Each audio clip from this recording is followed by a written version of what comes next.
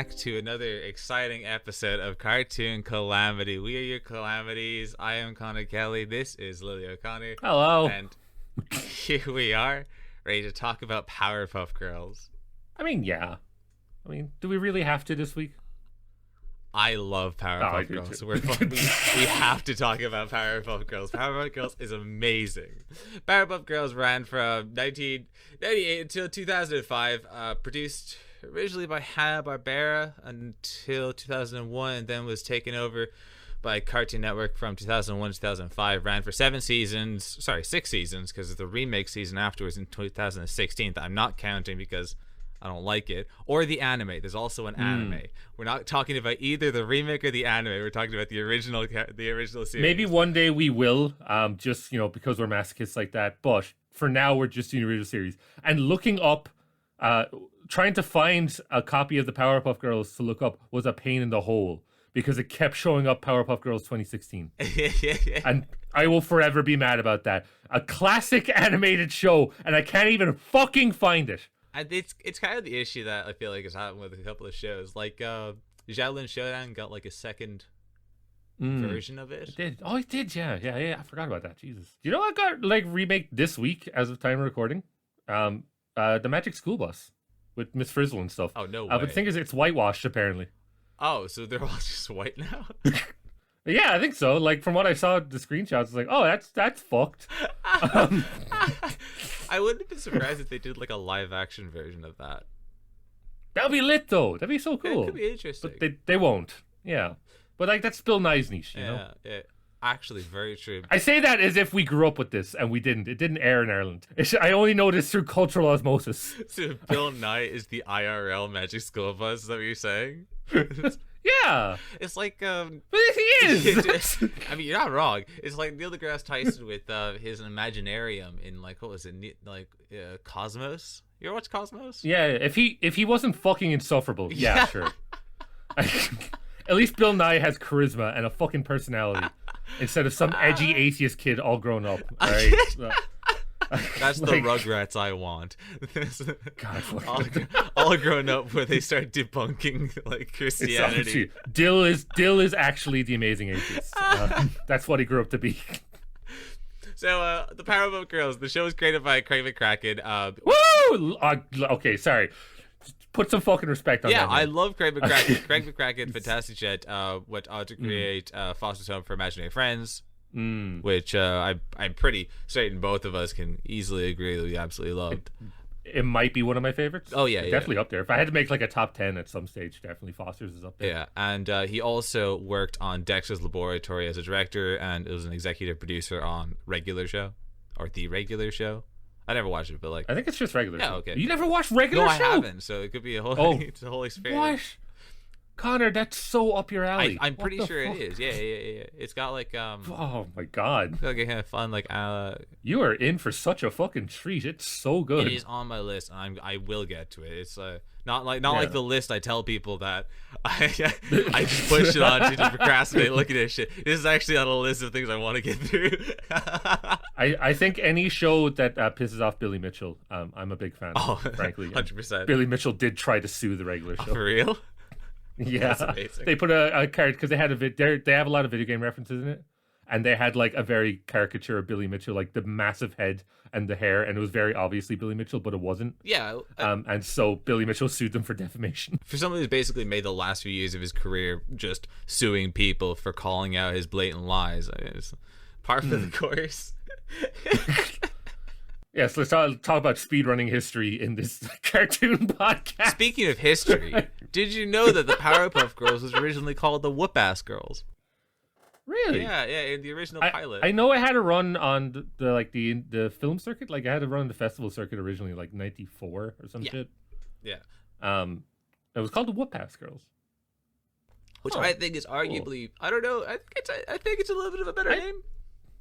I wouldn't agree. Really? I respectfully disagree. I don't think Whoop-Ass Girls is that great. I think Powerpuff Girls pops a lot more. I don't know if it's the onomatopoeia or like PPG is a lot nicer to say than, I don't know, what, WAG? Like WAG? Really? You want to be a WAG? Well, I think what it is that I have that, 90s radical skater kid aesthetic, So when I hear like you were whoop born ass, in 1995. What do you mean? I'm just there like popping some ollies, thinking, oh yeah, whoop ass. We can cover Rocket Power if you want. So the show revolves around 3 superpowered kindergarten girls, Blossom, Bubbles, and Buttercup, who live with their father, Quack Creator, Professor Utonium, in the city of Townsville. Blossom, the de facto leader, is voiced by Kathy Cavadini, who lent her voice to the alien spider lady that tried to hunt Starfire in the Tamaranian puberty episode of Teen Titans. Can you tell you're a fan of Teen Titans? Yes, maybe. Again, can you also tell that every single time I reference the voice actors, I only do them in a manner that is purely through things that I've watched.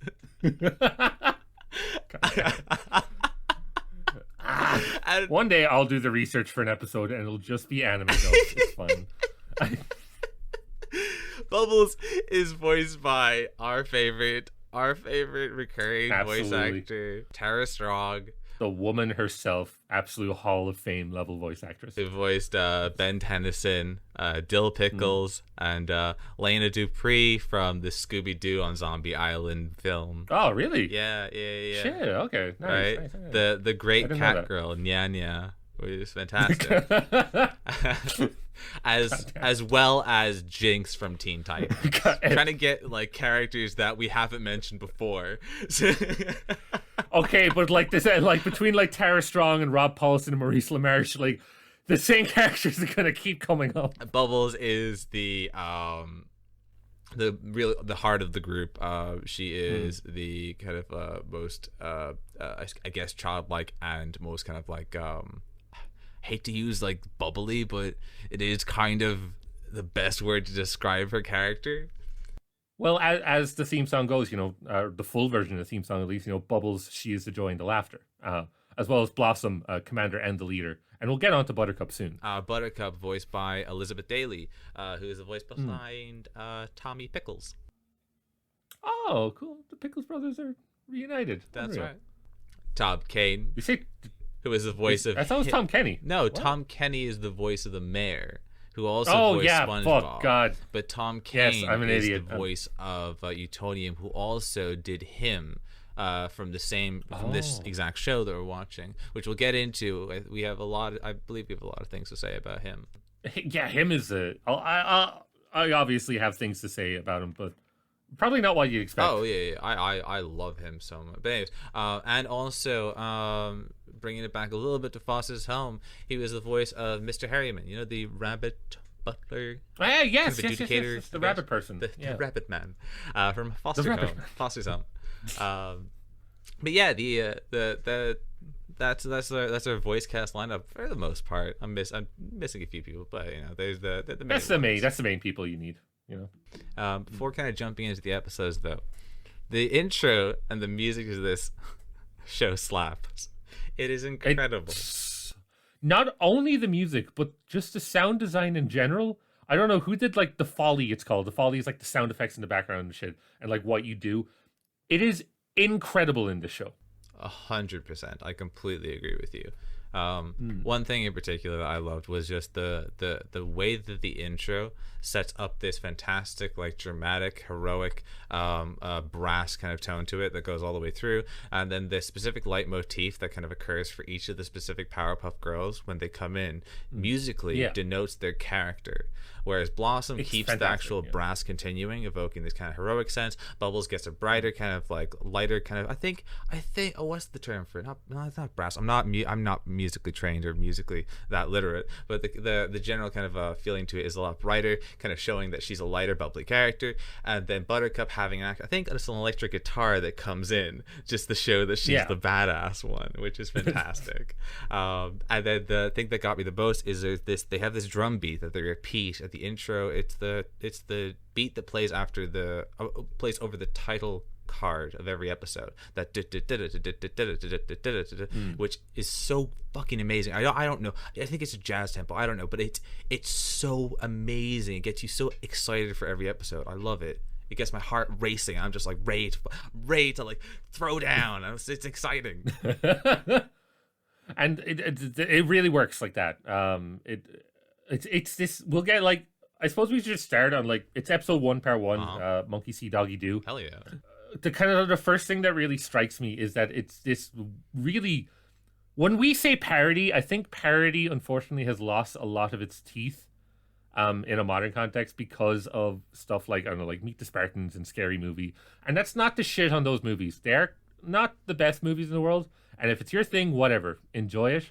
But I think really great parody is something that's a bit of a lost art. I don't know what you think, but there's was it two types of things? It's parody and satire. Sorry, that's actually right in my head. Yeah, but like parody does pay homage to the source material while poking fun at it.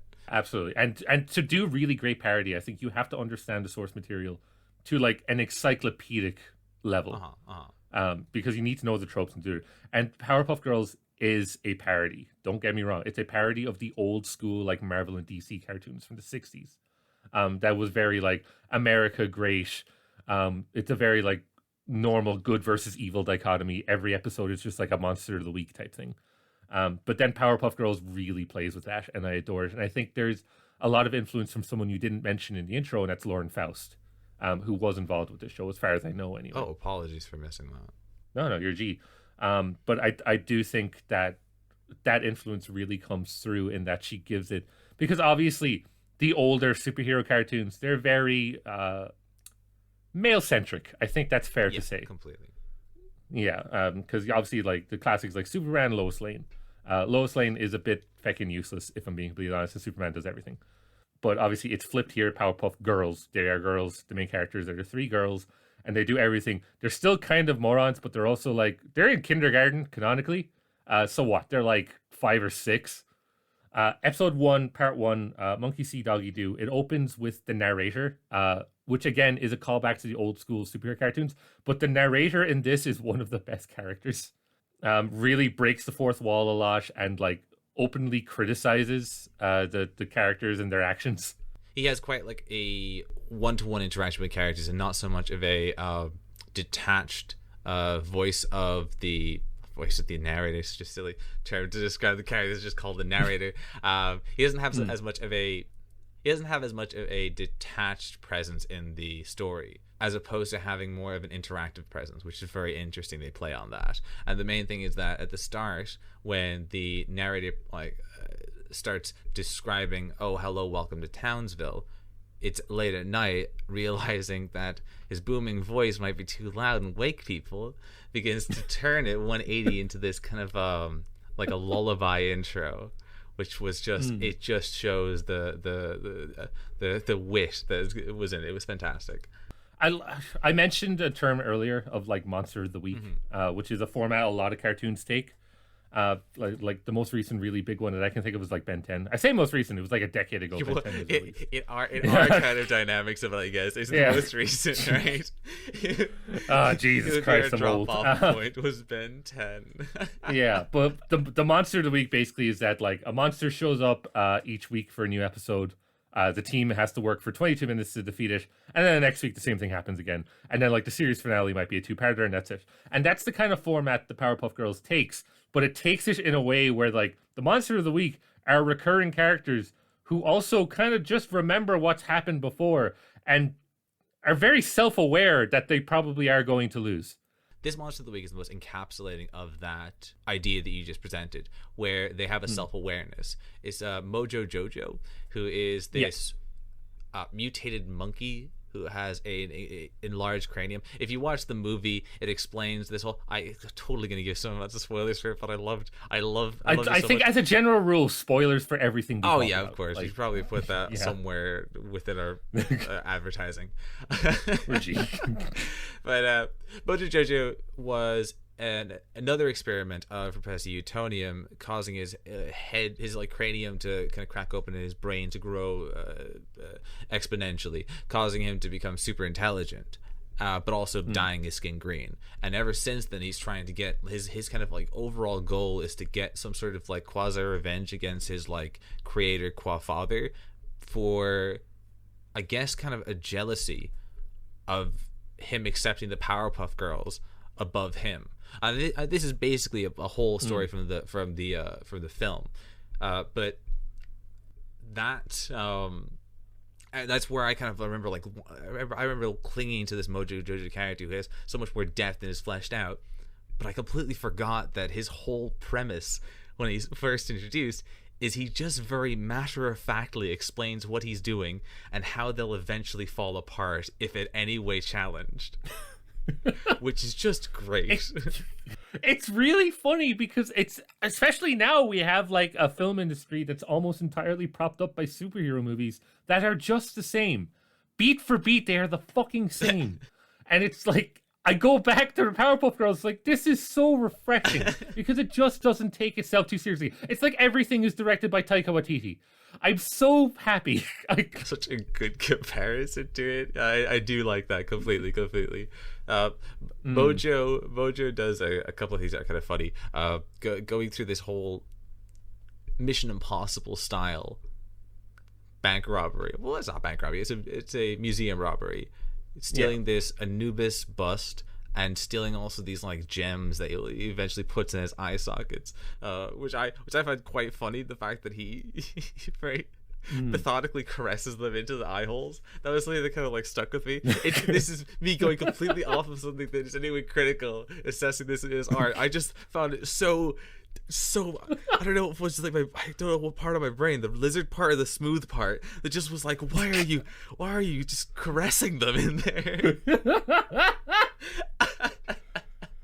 But yeah, other than the caressing that Connor seems obsessed with, when Mojo Jojo steals the jewels, it kind of cuts to the aftermath, and like the police are there and the Powerpuff Girls are there, and it's a point I'll bring up a few more times probably. Every authority figure in this show is just an idiot, is a moron. Oh, you must have loved that.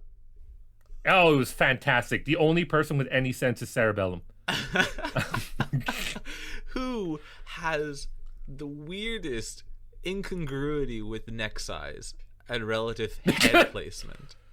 I don't know if I should get into it now or later, but there is a scene where you see her like from an outer shot on a building, and you see her through the window. She is at least 1 story tall.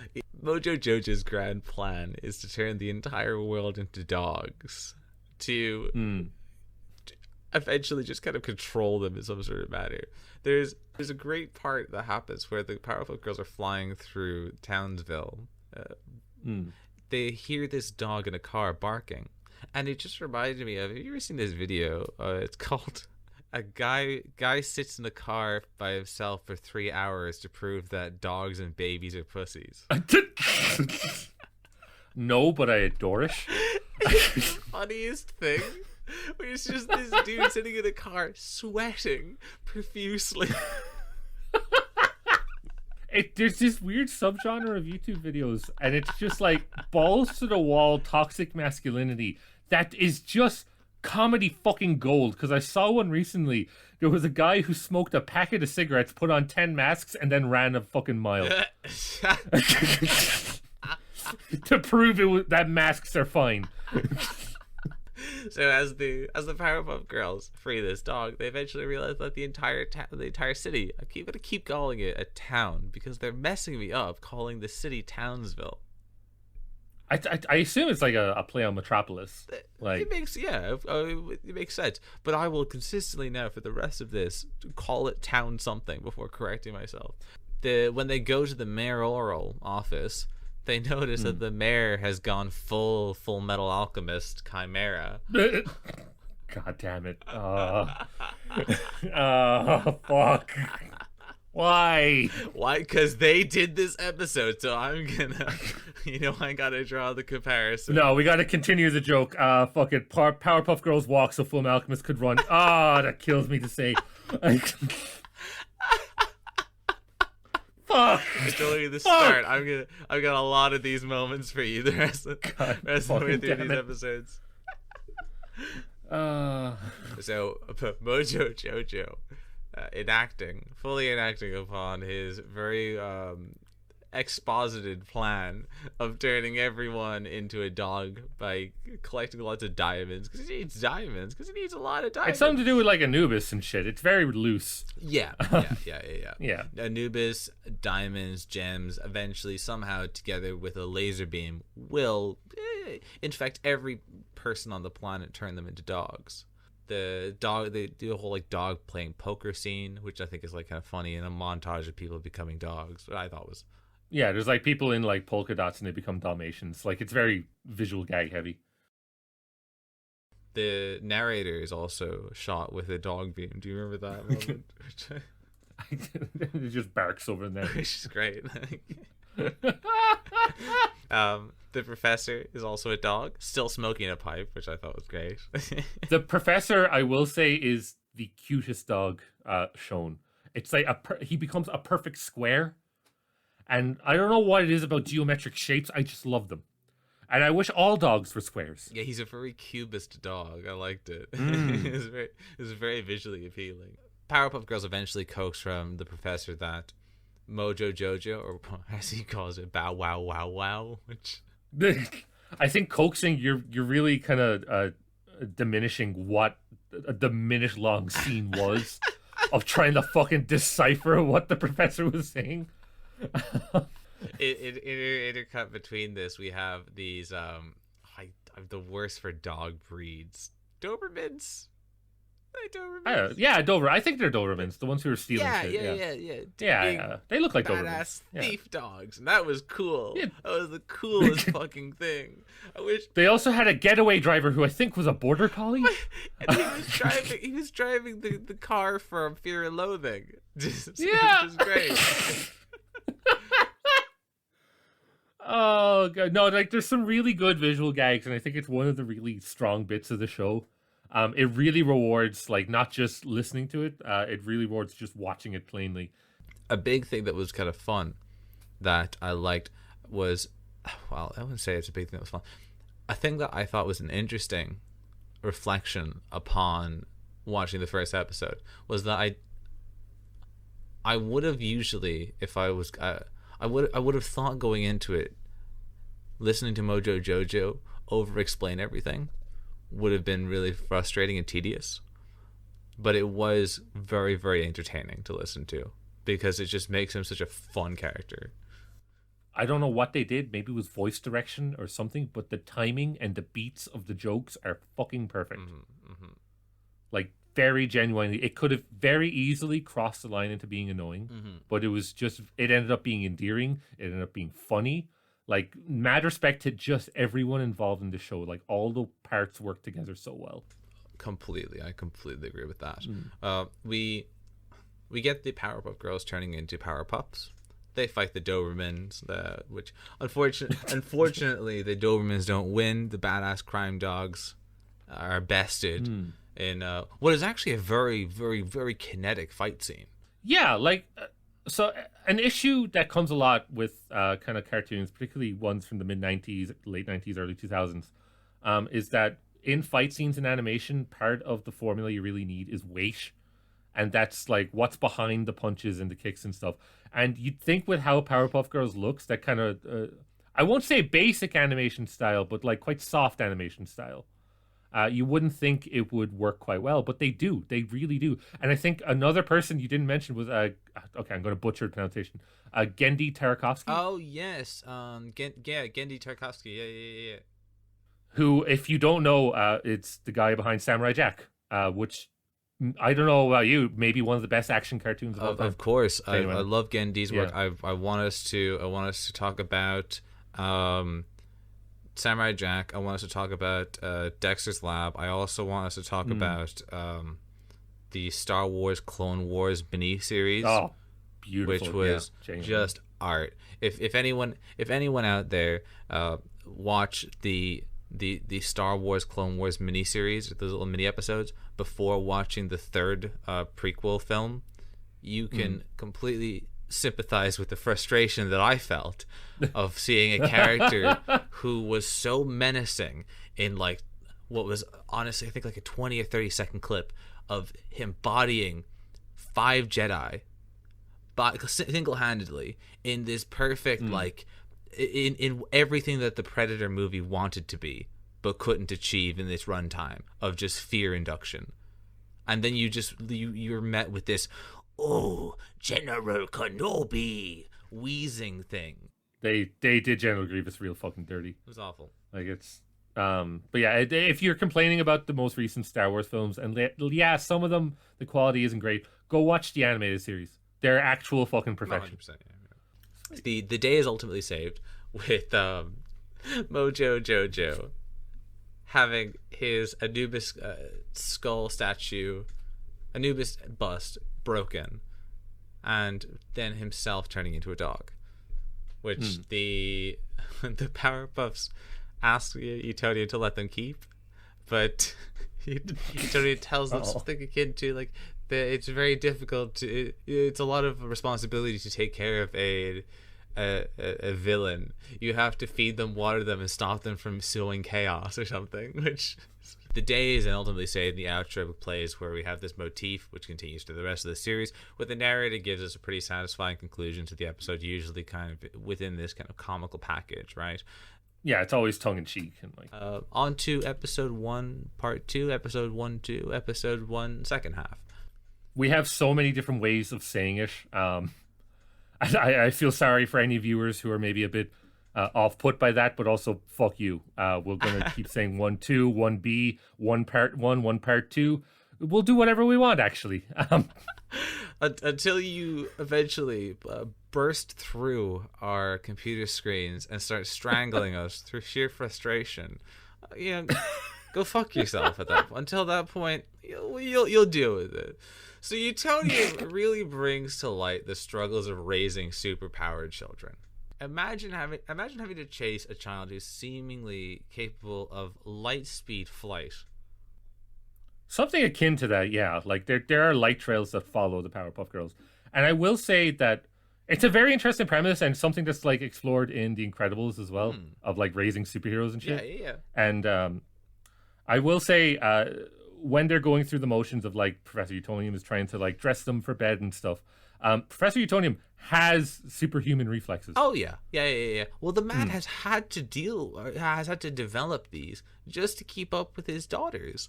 And what is fantastic is that he, as a single father, is doing all of this with a constantly positive attitude. He is giving so much good dad energy the entire way through.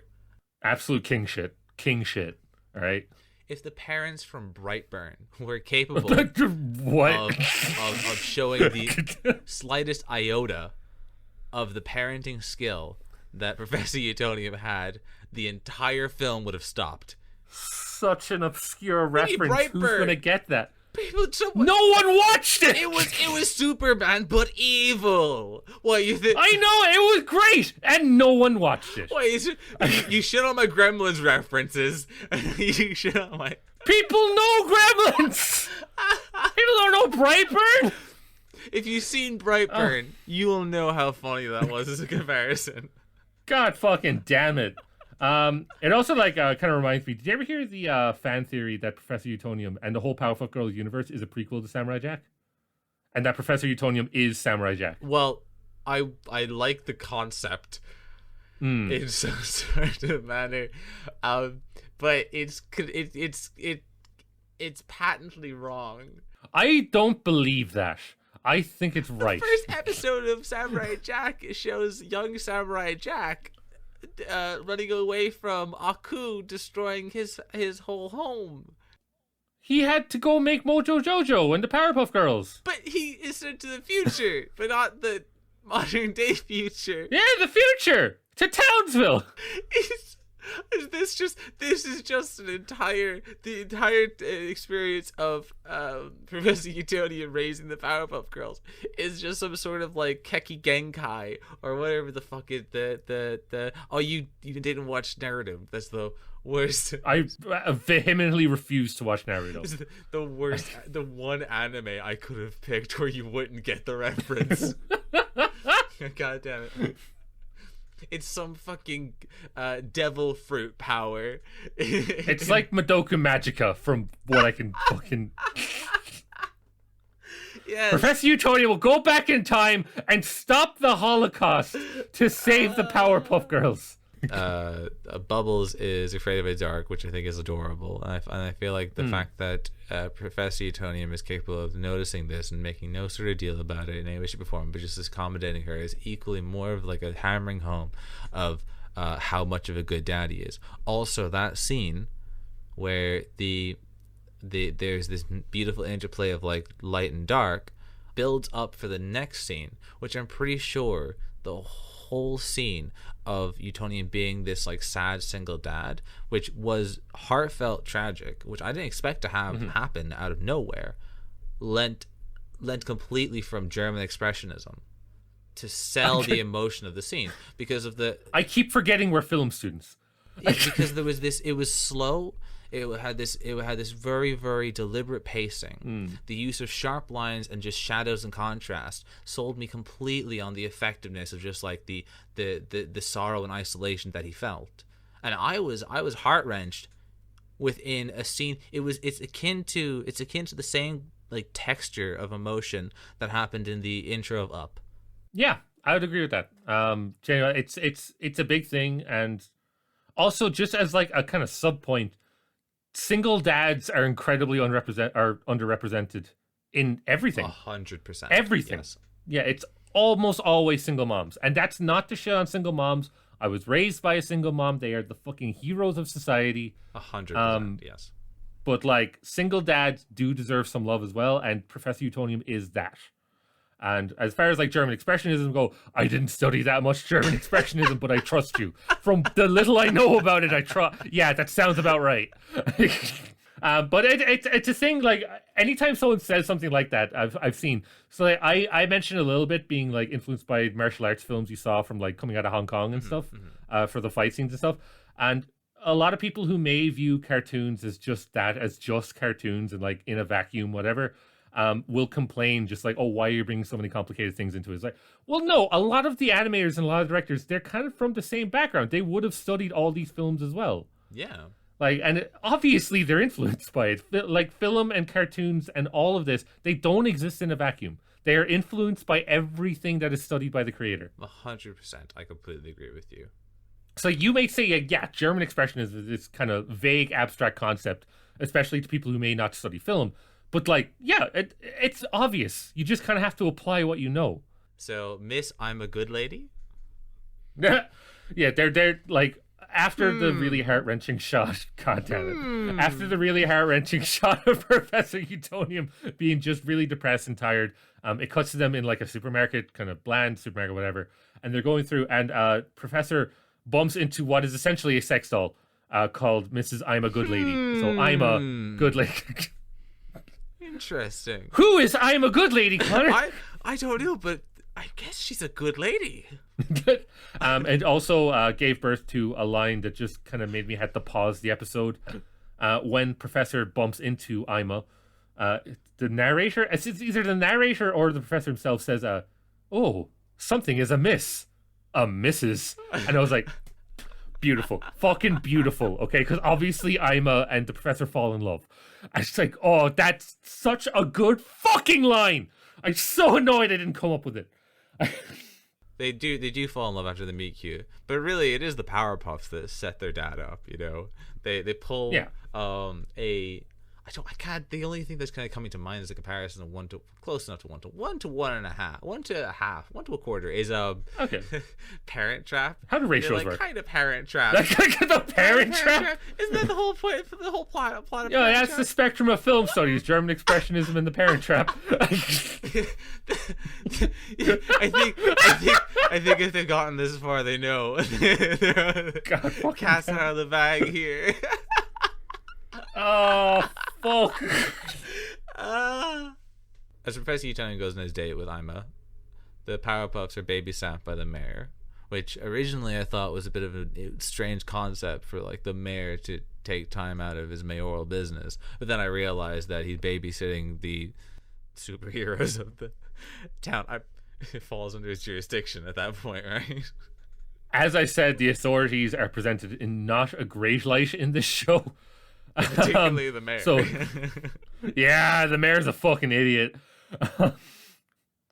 It's fine. So yeah, the Powerpuff Girls are Townsville's only real defense, and they're implied to be 6 to 7 years old. After the date, Utonium comes back into the house, and I'll be real, he moves hella fast, alright? My boy's down bad. Yeah. Like I'm as a dom. and Professor is completely around her finger. Oh, like 100% bottom energy from the Professor. Yeah. Dude's a fucking genius. Has biologically enhanced little girls. Created Mojo Jojo, like you said. But my dude's down bad. He just needs some. Like, I don't blame him. What threw me through a loop, which I didn't expect at all, is that Ima, good lady, is not actually a good lady. No, I Am a Good Lady was a cover. She's not actually a good lady, and so the cracks start to appear because the Powerpuff Girls are asked to clean the sitting room, and obviously they're going to use their powers because they can just get it done in seconds, and it's grand. And then Ima, quote unquote Ima, walks in and is like, "Oh no," and then messes everything up again. It's like, "Okay, clean it now without your powers," because I don't know, some fucking pull yourself up by your bootstraps bullshit. Rope everything back into American exceptionalism. Rope everything back into there. Manifest destiny, baby. We're the best. Whoa! The world's greatest lie. God damn. We say as two Irish people. Yeah. God damn. Actually, we're the best. I think you'll find we have the most valuable passport. Ima is eventually revealed to be Sedusa, who hot. Fuck yeah! Holy shit, 100%. Like if villain bad, why hot? This keeps happening in the shows we watch. Where a dom lady shows up and we spend 3 to 5 minutes just going like, well, yeah, we both want to be stepped on. I mean, yeah. Have you seen her? They designed a redhead who wears latex all the time. Yeah, all right. God, you can't fucking blame me. I mean, what you don't want me to root for the dom? I don't know why. I don't know. If anything, I'm really against the Powerpuffs now. So Seducer robs the mayor, who just watches her steal shit as well. It's really funny. His exact line is like, "Oh no, don't do that, stop," which is just so perfectly feeble. And is it like the mayor? It should be mentioned as well. If you haven't seen Powerpuff Girls, is like canonically, I don't know, like 3 feet tall, and is a fucking feeble old man. So Sedusa is robbing his safe, and is just the mayor's just watching her like the little fucking sub he is. Yeah. It's like, oh no, don't do that. There's nothing I can do about it, but don't do it. Very, very, very fairly true. He is not only incompetent, but like in some sort of weird surreal position between reality and surreality, right? The day is ultimately saved when the Powerpuff Girls realize that, strangely enough, a lady has shown up in their lives, and a lady is robbing the mayor. Ooh. So they pull the reverse of Where Have You Been on Sedusa, beat the ever-loving shit out of her. They kick the shit out of her. They just fucking pound her into the ground over and over again. She is just battered, all right? Yeah, in most other situations, I say there's probably an element of sexism, but everyone's a girl here, so it's fine. Yeah, you can't be sexist if you're a girl. You heard it here, folks. And at which point, Professor comes back, sees his newfound love mangled on the floor in front of him, pleading with him. But at which point, Professor's a very smart man and realizes that he's being deceived and pulls quite like honestly, it was a really cool kind of ballsy looking shot. Like I thought it looked really powerful. There was it kind of mirrored in this weird way. There again, to talk about like the stylistic points in it, there are 2 shots that were very interesting. The first time that Ima cries and lies about the girls being bad, forcing the girls to be grounded. The Professor accepts her kind of like her cries, and they do this kind of like, oh, woe is me, woman who has fainted into the man's arms. But they kind of elongate it in this very expressionistic kind of like manner. And I think the whole like silhouette that they have, the whole kind of like painting to it is blue, and not exactly like. Almost like a blue kind of shadow tone over it, whereas this one in contrast is one where we have Utonium kind of aware and full to his senses in full color, in something that's more of like a cover photo that would be on the what's the term for it? There's a term for it. The cover art of a comic book, a very action pose where he's detaining her in one of those kind of like arm locks, I think, an arm behind her back and his hand around her neck, basically, which I thought was a chicken wing, buddy. I got you. Yeah, thank you. And knowing the legitimate terminology for this. Finally, a decade of watching wrestling has paid off. Which I thought was just so cool. Which I may be reaching a little bit up, but I thought that was beautiful that they had like the not only style but color filled kind of contrast between him being kind of deceived versus. It was really cool, and it would have been perfect if it wasn't immediately undermined by another woman knocking at the door and the professor immediately falling for her. And the implication is that the girls beat the ever-loving shit out of the neighbor lady. Like, the Powerpuff Girls are violent, and like I guess they have to be because there's no other force in the city. So like, okay, so that was Mommy Fears, episode 1, part 2. So episode 2, part A. Insect inside. Ooh. The girls debate life. Suddenly this is a Kierkegaard-esque cartoon. The whole thing is about. I think it's just existentialism at this We're actually not reviewing the Powerpuff Girls anymore. We're reviewing the last 2 episodes of Neon Genesis Evangelion. Yeah, so really the two of us just hit some DMT right now, and I've been rambling. It worked for Joe Rogan. It worked for us. All right. After I quite frankly roasting the girls about having huge heads and giant bug eyes. Oh, like properly fucking. I have that in my notes as well. Literally, Professor roasts the shit out of the girls. That's word for word. What I wrote too. Yeah. Just like, oh, look at your fucking stupid big anime eyes, you weird motherfuckers. We get what is this fantastic history lesson about cockroaches all the way through history being stepped on multiple times, right? It reminds me of the old PSAs and like that one scene in The Simpsons where they're explaining the beef industry, which is also a great parody, but still. If a cockroach could have their way, they'd kill you too. And again, roping it back into The Simpsons twice now. God, but akin to The Simpsons, Professor Utonium talks about how there will be some sort of like cockroach insectoid dystopian that exists, a la The Simpsons iPod overthrowing the world, where they have the iPod rulers, they're whipping them. Oh, I remember. I thought you were going to go down the route of when the dolphins took over. Oh, you think dolphins took over too? Yeah. I couldn't have done any of it. The Simpsons not only did it, they did it twice, fucker. They did themselves. Damn it, you said The Simpsons. Did I have to cut this out too? No, don't fuck it. Anyway, apologies. So the cockroach that they were trying to kill eventually is caught by Professor and just let outside. But then a montage is done of the cockroach traveling into like the city center of Townsville.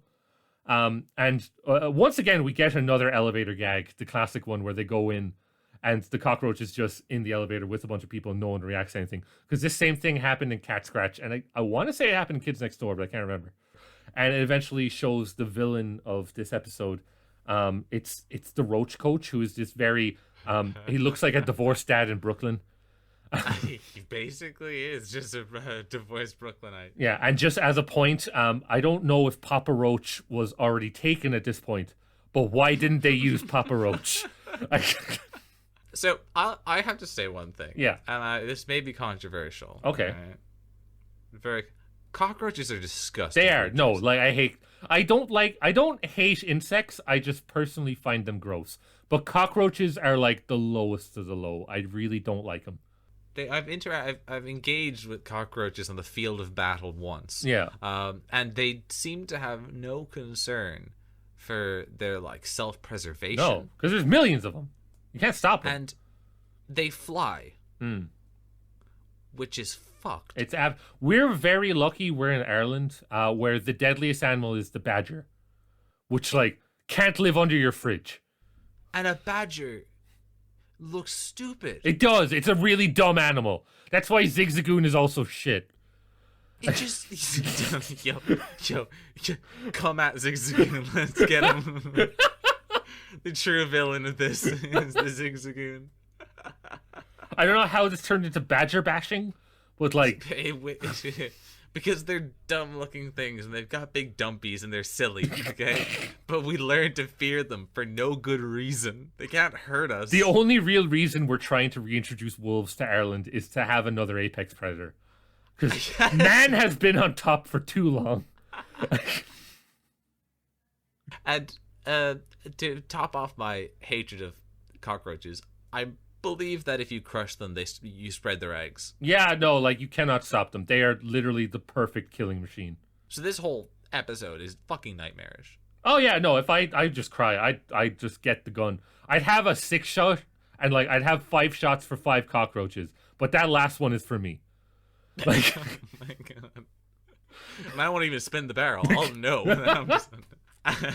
Roach Coach is truly fucking horrifying, and disgusting, the man. scene that happens right after his kind of summoning of his armada is truly fucked. Where we have someone just eating a hot dog just to have this crunch, and then just cockroaches spew out of his mouth. This is what I said at the start. I don't know if you'll keep it in or not. Everywhere. But the folly and the sound design really comes out in a horrifying way in this episode. It's perfect, and I hate it. Because that is exactly the sound I think it would make if I ate a cockroach. That crunch that they did. And like you bite into the hot dog, and it's a crunch, and it's a cockroach. And then the hot dog vendor looks into his hot dog machine, and it's just a bunch of cockroaches, and the cockroaches are fucking everywhere now. For a show that like has this animation style, and I'm not going to say simplistic because I don't think that's the right word, but like this kind of blocky, it's not Flash because I don't know if Flash was invented by then, but Flash-esque animation style. That's not a knock on the Powerpuff Girls, that's whatever. But the color palette, I don't know who was in charge of it, but the color perfectly fucking reflects everything that's going on in the show. Completely. Like, it's like a mood ring. Completely. I'll bring it back to another show where we both kind of gushed upon the silhouettings and the kind of color palettes that were used, which is Ed, Nettie. Absolutely, 100%. Which I feel like both of these shows do such a beautiful job with their work in color, their work with bold colors, solid colors, and their work with just like bold line work, and it's just fantastic. Absolutely. The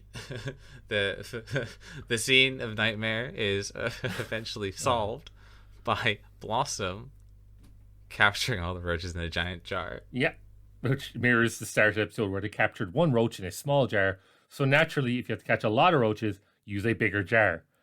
It's very children logic. I kind of love it. A lot of people say like this is a kid's show in a derogatory sense. You can describe Powerpuff Girls as this is a kid's show in the best sense, in that fucking childlike wonder. It happened with Foster's as well. I describe Foster's in a very similar way.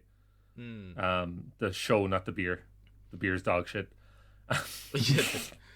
The beer leaves a lot to the imagination. Yeah, it does though. It's really bad.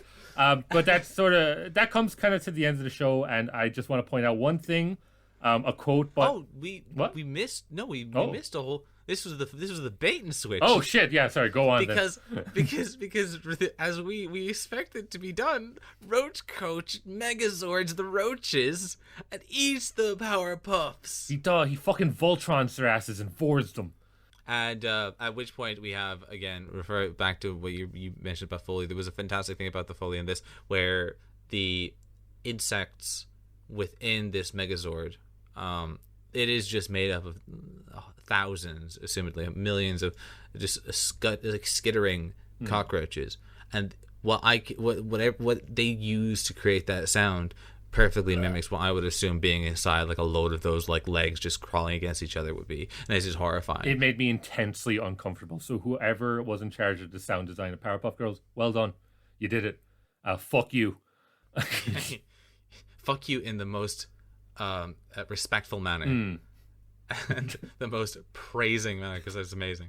The roaches basically are the straw that broke the camel's back, and causing the Powerpuff Girls to eventually snap, breaking down the Megazord, where Roach Coach falls from it, revealing that he was in fact like that alien from Men in Black 2 inside the body that's operating it. This is another obscure reference, or is this that's less not? No, that's not. I think Men in Black is probably a less obscure reference than fucking the Brightburn? Yeah, Brightburn. God, again, Brightburn, excellent film, but no one watched it. Men in Black, a lot of people have watched, so we're good. Orion's Battle. God fucking damn it. But yeah, that's the ending to Insect Inside, and I think it's Blossom says something along the line of everything has a place in this world, even criminals, and then throws them in jail, which is that's I could go on about that, but I won't. Yeah. The professor also reasonably kills a spider, and assuming they're in America, I agree completely, because those bastards can like technically kill you. But like if you're in a place like we live in Ireland, where the insects are pretty much harmless. Yeah, and the only like thing we don't have actually any deadly insects, except for Finn and Gale. Yeah, 100%. Fuck all those guys. Crush them all too. Yeah, damn right. do it. But if you were to like kill a spider in Ireland, you're just kind of a piece of shit, right? Yeah, just get some newspaper, scoop it up, bring it outside. Done. Easy. Yeah. Easy. But if you're in America, be consistently afraid. That's why they have guns. All right, understand? I have a gun. Yeah. For spiders, I shoot the shit out of those spiders. God fucking damn it. Anyway, episode 2, part B. Damn right. Powerpuff Bluff. Powerpuff Bluff. Which is problematic TM. I'll get into it. We follow a criminal trio as they fail miserably at crimes 3 times in a row. Yeah. The mayor... They're oddly endearing, though, I will say. Yeah, that. I do actually completely agree with that. There is this... I think it's just the repetition of their existence and their failure. The futility of them eventually kind of endears them slightly as an underdog. Yeah, as 2 podcasters, I think the repetition of failure really hits home. And so after failing to rob a bank, a jewelry store, and the mayor's own home, I believe. Yeah. Right? Just like I think so, break into his home, and he's just there screaming. Very beautiful, high-pitched falsetto to it. Just hits all those notes. They're foiled every time by the Powerpuff Girls, landing them in jail, which eventually leads to one of them concocting this plot to impersonate the Powerpuff Girls. Yeah. And as they scan across their prison cell, they notice 3 Powerpuff Girl mascot uniforms. That was pretty good. It's like it's just a closet with Powerpuff Girls costumes in it. Exactly. And at which point a little bit before that, because this is kind of where I'm gonna, I believe, set you up for a lot of the points that I feel like you might want to make on this. As the leader character, I don't believe he's given a name, but he's the one that keeps saying stuff like "sweet cheeks." Yeah. So as he is possibility of becoming the Powerpuff Girls, one of the trio of the thugs is clearly trans and is clearly having a moment.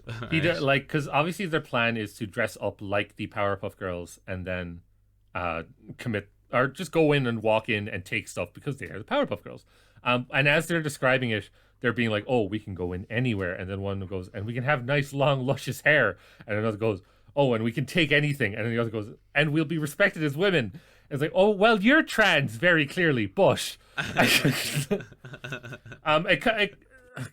feel like I do talk a lot about gender theory on this show, but it's a thing of a lot of these shows do play around with it for better or for worse, as we'll see in this particular episode, in that there's both aspects, in that there is a better or worse one. This, I would say, is a worse one.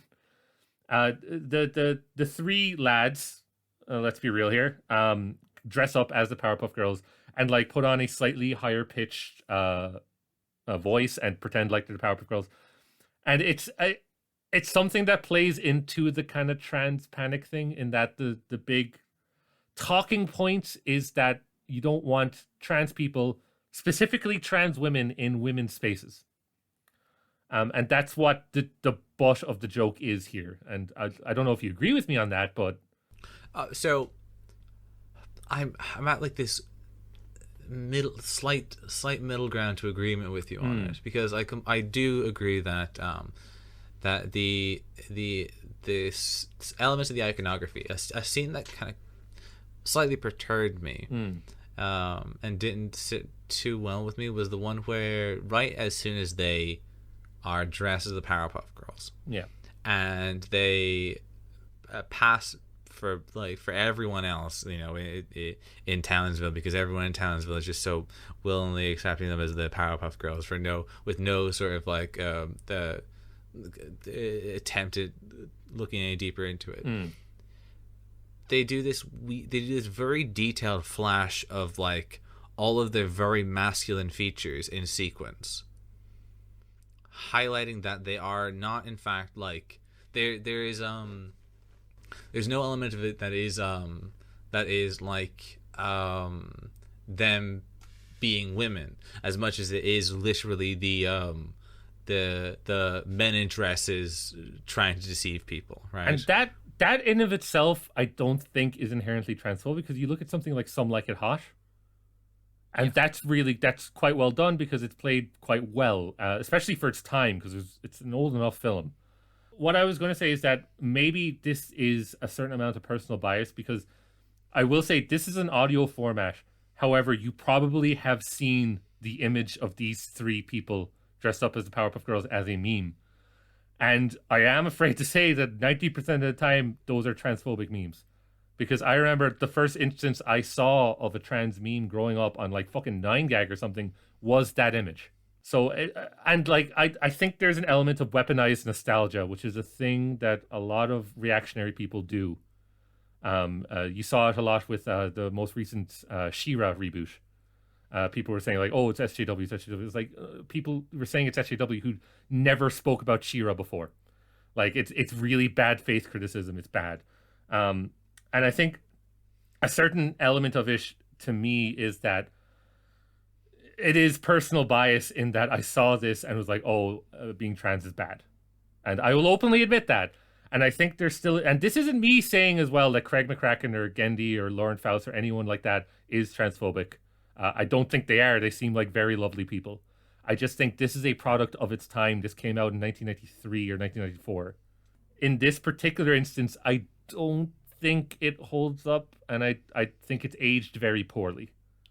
I completely agree with your final point that it hasn't aged well at all, because of it. I think the iconography of it has the capacity to be viewed with a similar element of vitriol as the iconography of just men invading women's space is that whole narrative. It can perfectly sell into that dynamic, right? Yeah. And there is something that an example that I have that comes to my head is that I feel like even within my completely within my own lifetime, that the discourse between the trans identification and like the acceptance of trans people in the like common vernacular and just common society has moved so drastically within like even the past few years. Absolutely, yeah. Where taking the example I would have, which is because the game was Dragon Age Origins, which I think was the early 2000s was when it came out. It had a character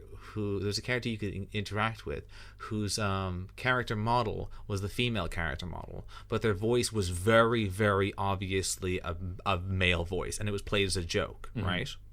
And that kind of like ooh ha ha man-woman body joke. Yeah. This is kind of a similar. This leaves that kind of taste in your mouth on it. Of it being that kind of like, if it's played for a joke, it feels like it's not that. It hasn't aged that well. Yeah. I don't believe that what they were doing is trying to intentionally make a pointed jab at the trans community and say, this is what we believe trans women are, as much as it being an ill-informed image that doesn't feed well into a already existing poor optic narrative. Yeah. Regarding like trans acceptance. I would tend to agree, and once again, I do not think the creators of Powerpuff Girls are transphobic. 100%. No, absolutely, 100%. that's ridiculous to even imply. But like, jokes age. That's the main point. Yeah. And I would actually, and this is where I'm gonna start. I think you might disagree with me. I will actually only levy the criticisms that I levied to it at pretty much the very first moment of them being flashed as very deliberately, almost disgustingly male. Yeah, which was something which I thought was which left me feeling kind of sour in my mouth. I was kind of like, oh, that's not a very positive representation there. It's like, or that has a very negative connotation is a better way of putting it. Yeah, especially within like modern discourse. More on to like move on to what the rest of the episode is. If you are interested in this subject, Lindsay Ellis has a fucking amazing video about trans representation in media. It's about an hour long, and she is far, far smarter than either of us. There will also be a little bit on the next episode of the Powerpuff Girls. And if any of you are more interested in listening to us have a more nuanced take on things that are more kind of socially relevant and political, just please ask us. Send us a little message about it. We may consider at least talking about it in some sort of more extended form. If you have suggestions for what we want to do or what we want to talk about, cartooncalamitypodcast@gmail.com. Damn right. And check us out on Patreon. And YouTube and Spotify and any other fucking place we have. We have a website. Right. Getting back onto the episode, the Powerpuff Girls go and rob a bank by asking politely for money from them, as well as asking for jewelry from a jewelry store. And then when they're invited to the mayor's house, they pull a series of silly pranks, calling the mayor's paintings dumb, breaking vases, and graffitiing the house before playfully beating up the mayor. And they just walk out. I'm kidding. The burglars did that, not the Powerpuff Girls. Gotcha. Ooh, it was so hard to tell with their ill-fitting dresses and their bulging muscles, as well as one of them being black. Damn right. So after Miss Valve explains the oddity of the Powerpuff Girls, sudden get to borrow a wrestling term, heel turn. The Powerpuff Girls are rightly arrested. They are woken up from their daycare in kindergarten, where Dexter is. If you saw in the background, yeah, Dexter. This is like a nod to Dexter. I like that. The little. And they are. There's a brief commentary on the over-militarization of the police force, because they break down the walls of the nursery to arrest the Powerpuff Girls. Oh, they smash that place up. They fuck it up. Yeah. You know the FBI meme? The FBI the FBI open up. That's on steroids. The kindergarten got fucked up. When the Powerpuff Girls end up in jail, Miss Bellum ends up going to the jail to explain to them the situation that they found themselves within. And after elucidating on the scenario, Blossom snaps her fingers in like realization. She also doesn't have fingers. That's why I want to bring that up. Because it's fucked with me. It is, yeah. So like, the animation style in Powerpuff Girls, for those who don't know, there are no hands. There are just kind of stubs for the Powerpuff Girls. But every other human, as far as I know, has the fingers. Hands and feet. Yeah. They have hands and feet. Yeah. They have stubs and stubs. Yeah. Yeah. I don't know why. It's fucking weird. It is. It's a little unsettling when it's pointed out, because it's not referenced in the show. We only know it because in this scene where Blossom clicks her fingers, and it's like, you don't have fingers to click. Is her whole hand made of thousands of tiny fingers? That's somehow more horrifying than the cockroaches. Is her hand made of thousands of tiny hands? I think it's a Velcro like little thing. Yeah. Is it like the scene in Spider-Man where Peter Parker gets the little quill things out of his head? Yeah, something similar to that, I think. They have a Jean Wu style combat scene where the Powerpuff Girls fight the Powerpuff Girls. Or should I call them the Powerbuff Girls? Yeah. Got them. And it is taking place in a Chinese restaurant as well. And there's some cool comedy fight bits. Like the multiple examples of the Powerpuff Girls hitting each other by accident and the Powerpuff Girls hitting each other by accident, and they eventually like stop, a la like The Longest Yard, and just like, okay, everyone just match up with your equal and we'll fight each other. Okay, stop fucking hitting each other. And then for some reason, because they're in a Chinese restaurant, the girls suddenly put on Chinese dresses and do a bow. It's only for a brief. It's like a couple of frames, and I don't know why it's in there. Yeah, they. I guess it's kind of like what is that film? Big Trouble in Little Chinatown. Yeah. Kind of like homage to the action scene. I guess, but like it's just like why? Why is it in there? Like, just because they're in a Chinese shop, basically a Chinese restaurant. Like they do the whole little thing to it, but like that doesn't add or take away anything. Like it was weird. It was weird. It's like. This is the episode where Miss Bellum, at the very end of it, her neck is constantly in flux. Yeah. And she is at the very end of this episode. If you want to see a very silly kind of like maybe an error that was left in post. Miss Bellum's neck extends beyond her hair, which is left behind on her shoulders, as her neck protrudes beyond into the sky somewhere. Check that out. It's a little Easter egg for all y'all. Listen. She's big. She's thick. I still love her without their face. You know.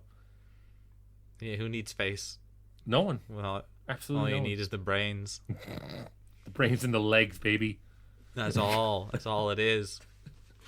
God fucking. All right. Well, that was episode 2, part 2. So we're moving on to the third episode, part A. Octi-evil or Octi-evil. Octi-evil, I think, because it's an octopus. Octi-evil. Cool, got it.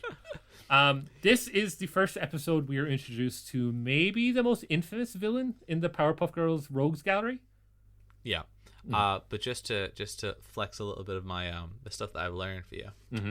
King Ghidorah attacks Townsville, but the Powerpuff Girls use them as a jump rope. Yeah. This is actually King Ghidorah from Toho license. No, they didn't. That Toho are very strict about their licenses.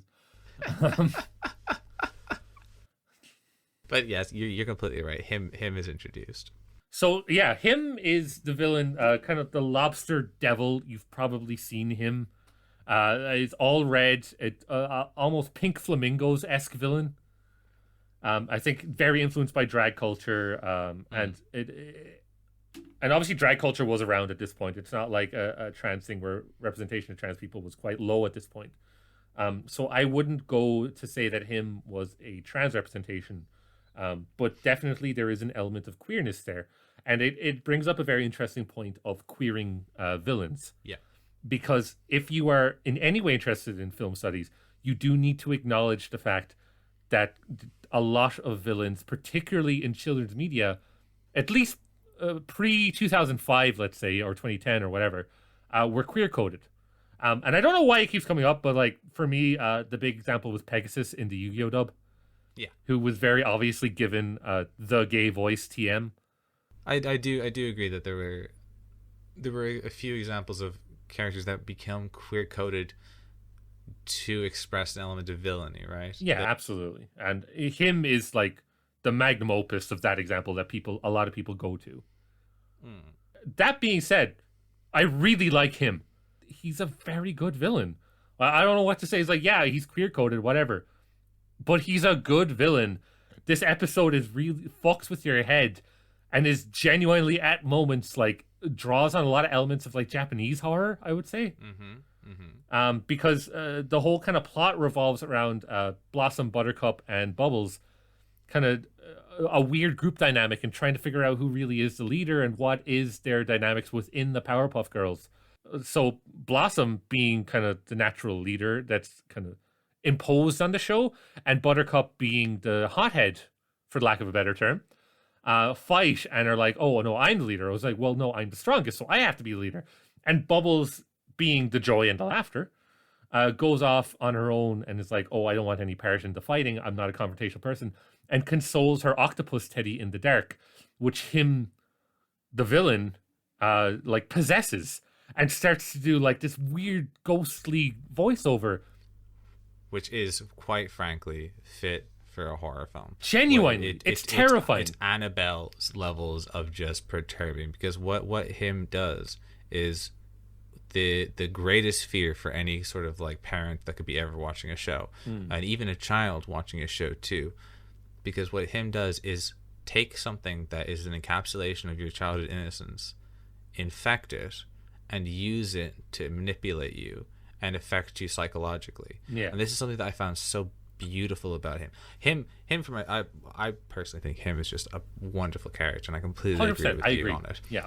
The elements that I found so fascinating beyond the, I guess, exterior character design and the coding to it, but him is voiced wonderfully and has this beautiful haunting layering and reverberation that is just demonic, and the acting and the expression that is used consistently is so fantastic, because he flips on a dime between emotions, showing this fantastic instability, which helps kind of lend credence to his capacity to work within this realm of psychological warfare, which in itself, for a children's show, lends him to be the most powerfully imprinting villain in the entire show. Because before this, all we have had is a kooky villain who exposits everything about what he does. Yeah.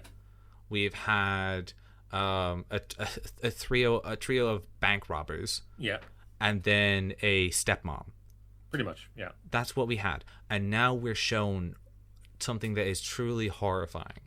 And I believe that it's that fantastic framing of a character and a framing and introduction of a villain who has omnipresence and pure malevolence to him that has caused him to stick with me as just a fantastic character afterwards. And you still see him show up whenever people are talking about like villains or old school cartoons.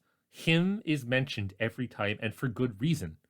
He is so fucking good. If every villain was written like this to this level, oh my god! Like, well, I don't know who created him. We mentioned was it the voice of Professor Utonium or the mayor was the same voice as him? Yeah, you are completely right. It is Tom Kane. Yeah, Tom Kane. Just an amazing job. I don't know if he won an award for it or anything, but this is genuinely, I think, for the shows we have watched so far, the best antagonist by far. Yeah. Like, not even close. I can hands down say that, yeah. This is episode 3, part 1. If you want to just go out of your way and watch that specific episode, just to get a feel of the level Powerpuff Girls is at. Yeah. I would still recommend watching the musical episode. The music. There are 3 that I'll have to give you in bullet, which are the ones that you have to watch, and I only recommend 2 of them as of this sit down, and I would have recommended multiple more from just my general memories, but the part 2, I completely recommend.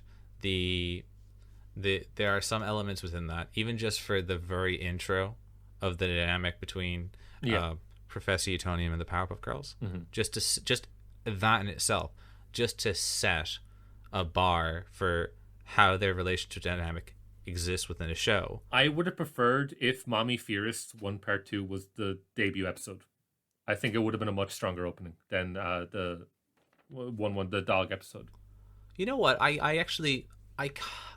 I think I agree with you, but I think it's we're kind of watching it within the context of like not watching Whoop-Ass Girls or the pilot double feature. Okay, but I even still think beyond that, without watching them, I'll put my neck out on it and say that I completely agree with you. Then even without watching it, even without knowing exactly what those two episodes are like, I still think that would just be a fantastic opening to the series. Completely agree with you on that. And then if you want to watch Octa-Evil, those 2 episodes, if those 2 like shorts don't hook you into watching Powerpuff Girls, I don't think you have hope. Generally, you won't like it if you don't like those 2. I don't think you have a heart. I don't think you have. I don't think if you don't like them, fuck you. I doubt your capacity to engage with media.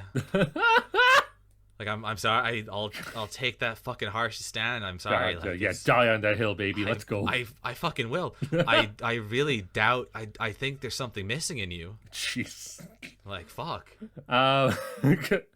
On the note of insulting our viewers, which I'm always for, just as a point. Just the rest of the episode is kind of framed as Blossom and Buttercup having a weird power dynamic and trying to decide who's gonna win over who. Leo and Raph each other, yeah. Yeah, pretty much. There's a King Arthur and Lancer type dynamic there, and Bubbles still has that voice in her head of him just like doubting everything, just being like, "Oh, you need to go. You're not part of this. They don't want you." And that's self-doubt, and it's the self-doubt that is centered, the conflict that is centered around this episode, and it eventually grows to Octi, which is her wee octopus Teddy. Growing in size, the size of a building, and recreating Watchmen. Actually, very good reference. I'll give you credit. That's a very good reference, and I won't slip it by because that's actually I highly appreciate that. But this is the Watchmen adaptation that Alan Moore wanted. Was episode 3, part 1 of Powerpuff Girls. I think he would. He would love this. Him is absolutely a Moore-esque villain. That's exactly what he wants. But the only reason I want you to walk back a little step I want us to walk hand in hand back a step is because as the conflict is kind of boiling up, we have Blossom and Buttercup fighting Gamera, the giant creature. I remember. There's a number of kaijus in this.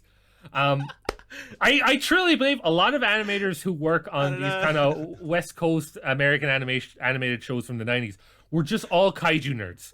Because this has popped up a few times now.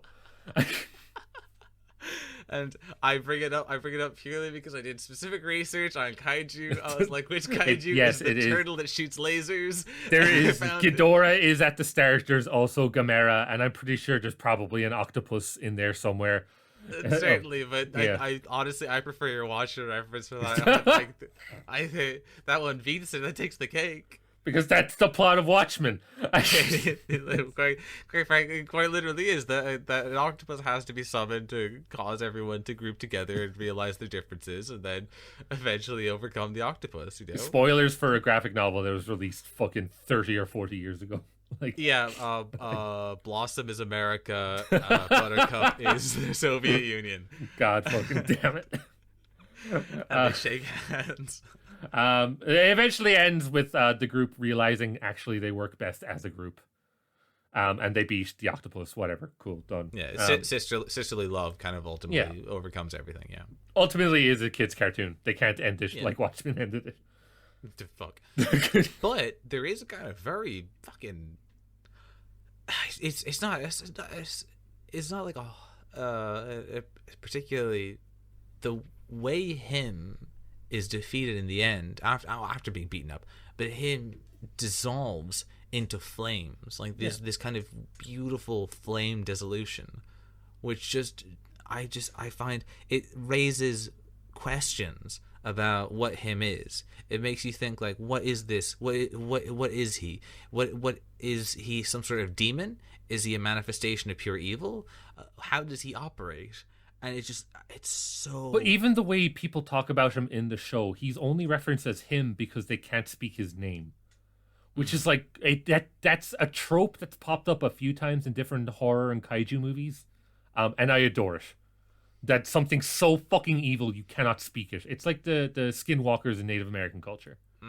Which, apologies if we do have Native American viewers. I know that's kind of a taboo, but it's even just in referencing. Oh, yeah, you're not supposed to. Like, oh, note that for forever. Yeah, if you ever meet a Native American person, like, don't mention skinwalkers. Is what I've learned. Okay. Okay. But it's a really good horror trope that I love because it immediately sells the villainous of someone. Like, you will not even reference them. Like, the bullshit answer is Voldemort. Like, but fucking whatever. I fucking hate Harry Potter. Not for those reasons, because I just think it's a bad story. Oh yeah, 100%. I'll. Here's another hot take. Harry Potter is a fucking garbage. It is. It's bad. All right. I don't like it. Because people like, okay, I shit talk Harry Potter a lot, and people are like, oh, it's because you're trans. It's like, no, I hated it well before it came out, and before J.K. Rowling started spewing her bullshit. Like, Harry Potter is a garbage story. Like, I'm not trans. I still hate it. Yeah, like, oh, fuck. So yeah, episode 3, part end. Fuck everyone else. Gesundheit. Gesundheit. Arguably the weakest episode of the first 3. Yeah, I mean, I'll agree. Yeah, kind of. Nothing of relevance really happens. It's hard to follow up the introduction of arguably one of the most imprinting villain in both character and what's the other word I'm looking for, in character and like weight, right? Yeah. Of presence.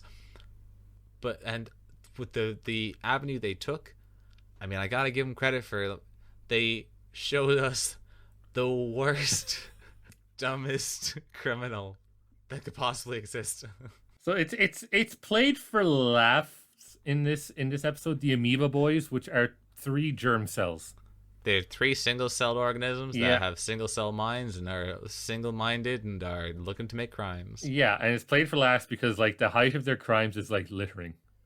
Yep. And it's grand for like a one shot. If this was like a 2-minute short to promote the Powerpuff Girls, this would have been grand.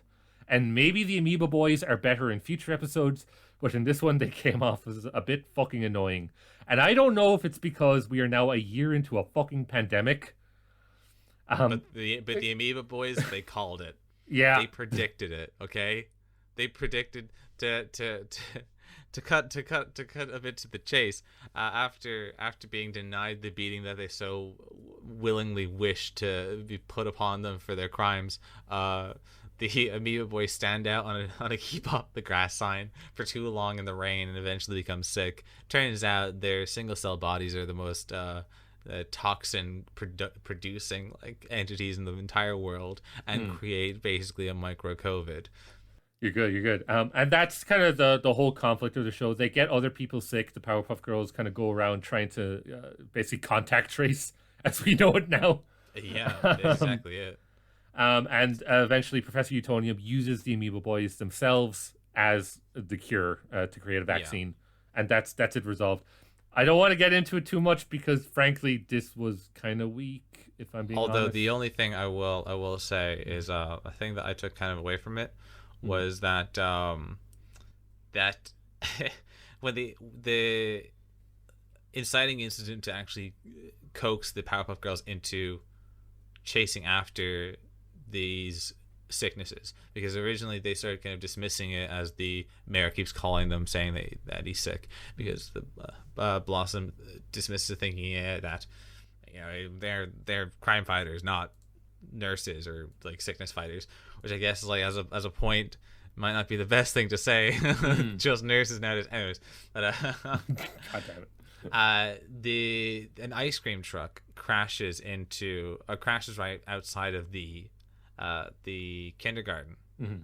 But the entire time I was watching it, I was just imagining that if this was like an RSA ad, oh the van would God, have driven right into the kindergarten and fucking destroyed the whole building. For anyone killing children, they would be running out screaming, lit ablaze. For and the fucking song, I wanna walk you God. home, we play in the background. Just for context for our non-Irish viewers, whoever they may be, the RSA is an organization in Ireland which is the Road Safety Authority, and they produce infamous, I think is a good word, ads. Basically explain to people, don't drink and drive, don't use your mobile phone while driving, which are good. But they do it in the way that they have a classic rock song or an acoustic version of a classic rock song playing in the background. And the most brutal bits of violence to ever air on Irish television. The most infamous one, I think, is a red Ford Corolla doing a barrel roll over a wall and taking out about 20 children. Kindergartners. Yeah, genuinely. They're about 4 years old. They're no older than 4. And they all die. And this aired at midday in Ireland, just as an advert. And that's the episode of the Powerpuff Girls Gesundheit. Yeah, Gesundheit ends with a vaccine. Bill Gates is the cure. Yeah, I took my vaccine. Now Bill Gates is the sexiest man on earth. And the Coney 2021. The 6G, conspiracy G. The world is a cube. And this episode wasn't that great, which is why we went on a tangent about children being murdered on Irish television. Yeah. Like I do have like a couple of things. I do think there's some fun parts in this. There's like a very interesting kind of little bit of like the play what they have with the foreground and background. They have like the color palette of everyone being like all white and blotchy, contrasted with like this very very weird kind of like cell. Like if you were to draw, if I were to ask someone to like draw cells and bacteria, right? Yeah. You draw like little circles on the lines and everything, right? And like whatever you think that like single cell organisms look like, and it's just kind of like that, all overlaid upon like what would be the backdrop of the city, which I think is like an interesting visual cue to show just some sort of kind of thing. Like everyone is infected, this whole like disease thing, but I don't know. Like, overall, it's like it's not a bad episode, but it's just hard to follow up after the one that like preceded it, you know. It's grand. And that is the first three episodes of Powerpuff Girls. Yeah. We, as you know, we covered the 3-episode rule on this show to see if these cartoons still hold up, and I can safely say this did. Completely. Yeah. There's not a doubt in my mind this show holds up. And it makes you think as well, like, yeah, we went on a lot about theory and different types of theory, but that just shows how good the show is. Like, it's a genuinely, this rewards you for watching it. Yeah. I will say anything that we kind of brought up with like, I guess, verbose theory to describe things. The main rationale behind it is that the show uses all these fantastic like artistic devices to leave you with this satisfying emotional sense and response from it, and it really does like play into all of your senses, and it works so well in just portraying every single emotion and story beat to it. I couldn't recommend it more. Absolutely, the worst thing a show can be is boring, and this is not it. This makes you watch it and be like, yes, I'm engaged. Which is something that's often overlooked for children's media, but the Powerpuff Girls really subverts that. Well worth a watch. Highly recommend it. This isn't a thing where it's like, if it's on the background or if it's just on anyway, go ahead and watch it. Actively seek this out and watch it. Completely agree with you. This show is amazing. And then we have been your Calamities. This has been Cartoon Calamities, the Powerpuff Girls. Well, have a good day, good night, good evening, and we love you. Bye-bye. Thank you so much to the Cartoon Calamity listeners. You make the show what it is, and we are so happy you are enjoying the show. Thank you so much again. If you want to contact us, make sure you get in contact with our Twitter at @cartoon_podcast or on Facebook, Cartoon Calamity. You will see us there. If you can't reach us there, we are on email as well, cartooncalamitypodcast@gmail.com. Email us with any queries you may have about the show, or just tell us how cool or bad we are. We just love engagement in general. And a special thank you to everybody on Patreon who subscribes to Cartoon Calamity. You are the guys who keep the lights on. You are the bread and butter of this show. And a special thank you to Lord Liquorcat, Charlene Rodriguez, Lauren Walsh Foodie, Olivia Ronan, Laura Doyle, Ty Fleener, and Yasser.